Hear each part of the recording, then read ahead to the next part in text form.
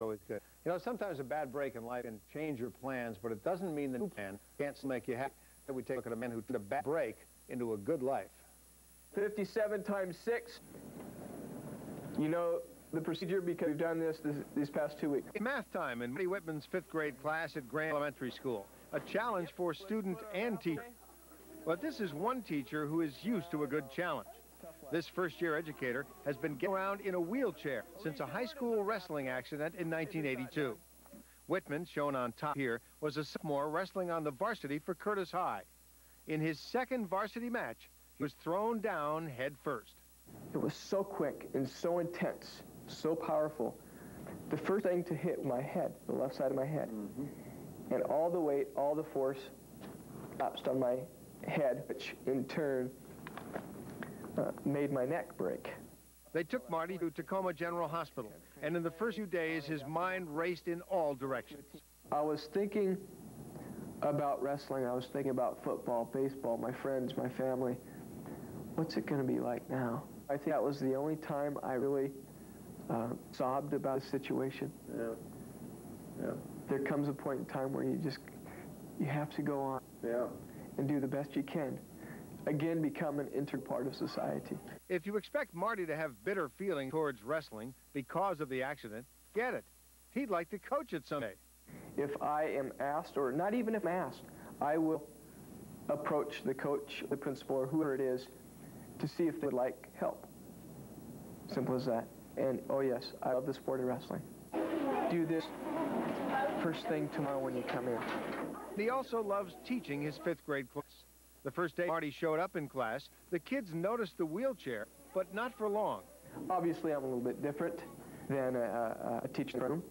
And so we talked about things, and I answered any questions that they had.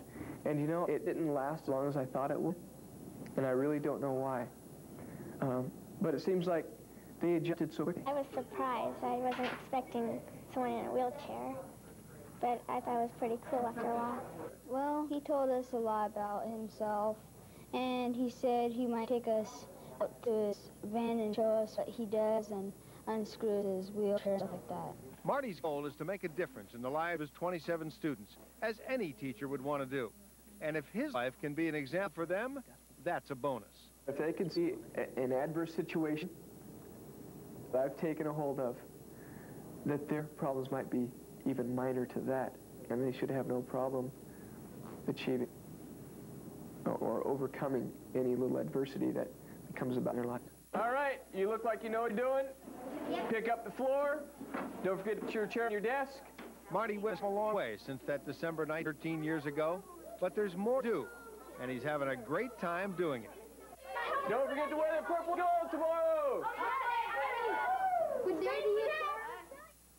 Great class, great guy. Hi again to all the kids in that class. I don't know what the heck you're doing up late. I told you I'd make a tape.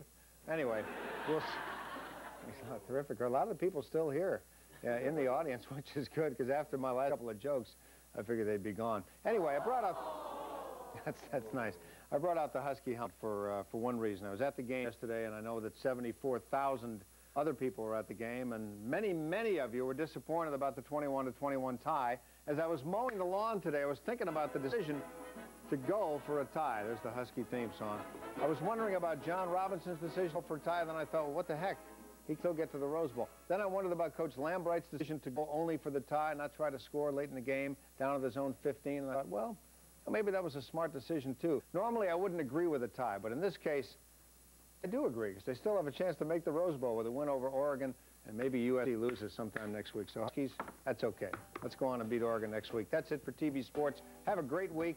I'll see you again tomorrow. Bye-bye.